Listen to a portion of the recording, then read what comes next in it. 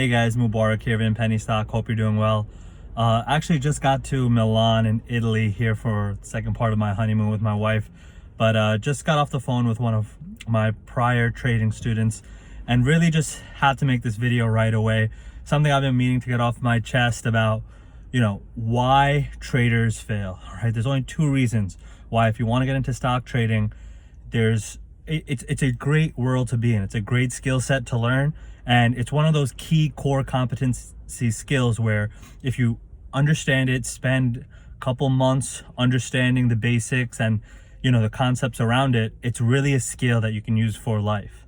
All right, there's no limitation on where you can trade. Right now I'm in Milan, and actually I'm probably gonna do a video on this later, but one of the really cool things I've found being in Italy is that it's 6 hours ahead of the Eastern markets of when the stock exchange opens, which means that technically you could do your technical 9 to 5 here in Italy or in Europe or overseas, and you can end up trading after work and all that. But that's going to be in a separate video. So what are the two main reasons why a trader can fail? The first one is the most obvious one, and it is if you run out of money, right? If you end up using your entire account, you bust on a trade completely and lose your full account. That's the whole issue of why I say you should only put in 20% of your portfolio or of your account in any one trade. That way, if God forbid the trade goes completely against you, right, and you invest $1,000 and you lose all $1,000, okay? Fortunately, because you follow the rules, you still have a good trading account left, and you can make that up by working your other job or whatever you do, right? You can still stay in the game. So that's kind of the easiest understanding, very simple rule of one of the only reasons traders fail is that they think they have the hot tip, they have the next generation Apple or the next skyrocketing stock, right? And unfortunately it never pans out the way that you think, unless you follow the right rules and understand that it's a statistics game, right? So you're trying to win 70-80% of the time and making sure that when you do win, you have a large amount of gains, you succeed a lot and you profit a lot. And then God forbid you do end up in a losing trade, which you are going to.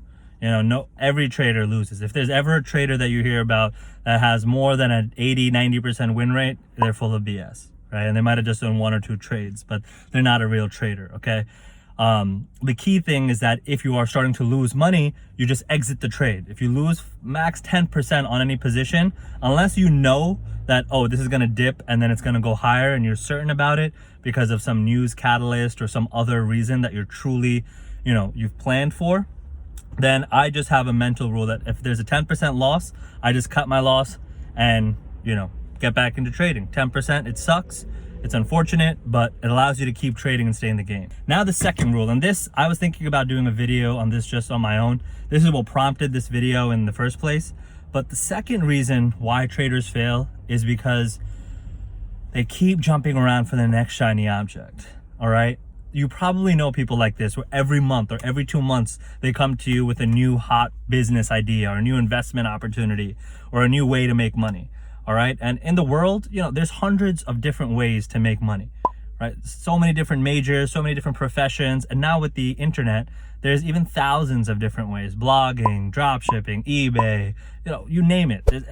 If you just do something right and do it effectively and provide value, you'll make money, right? But the problem is if you don't spend enough time perfecting your craft, you're going to lose. Okay. You're never going to make it. And that's the number one reason, I would say, even though I'm mentioning this second, the number one reason why traders fail is because they hop around too much, right? They spend a few days, a week, a few weeks trying to dabble in trading, start understanding it. And I see this with my own students too. Fortunately, a lot of the VIP students, I can get them back on track because we know that this happens to students. After training 50,000 students, I know kind of what happens and how they think. But it's really unfortunate that it's a constant thing that goes on. And what you have to keep in mind, and it could even be a life lesson, right? Anything you do, if you don't keep consistent with it and you don't have the discipline to keep going and keep learning and keep refining and enhancing your skills, then you'll never succeed. You know, that is the biggest reason why traders lose, is because they'll go from, penny stocks to then dividend stocks to then Forex to options to signals to whatever, you know? And if you don't spend enough time, at least a year, okay? Life is long, fortunately. You have to invest the right amount of time in order to, enhance your skills. So if you're not spending at least a few months, at least a year, enhancing your tactics, refining your skills, becoming better, constantly improving. All right, the Japanese invented this concept. Is a business process known as Kaizen.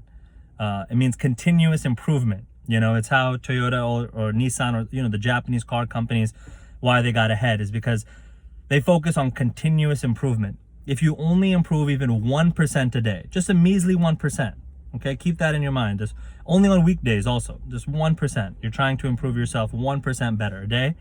By the end of a year, you'll have improved, again, if you cut out weekends, close to 300%. So 3x your normal amount. So imagine that. Imagine you're setting your New Year resolution for 2020 and you just have that rule of 1% better every day, right? Just weekdays. You can take 65 days off. Let's just round the 365 days in a year down to 300, okay?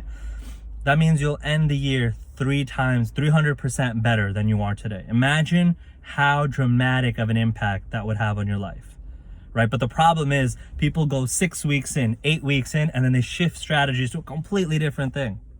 And it just doesn't work. That's why traders fail. That's why it won't work, right? So, definitely had to make this video right away. Hope you guys enjoyed, and check out inpennystock.com if you want to learn more. Take care.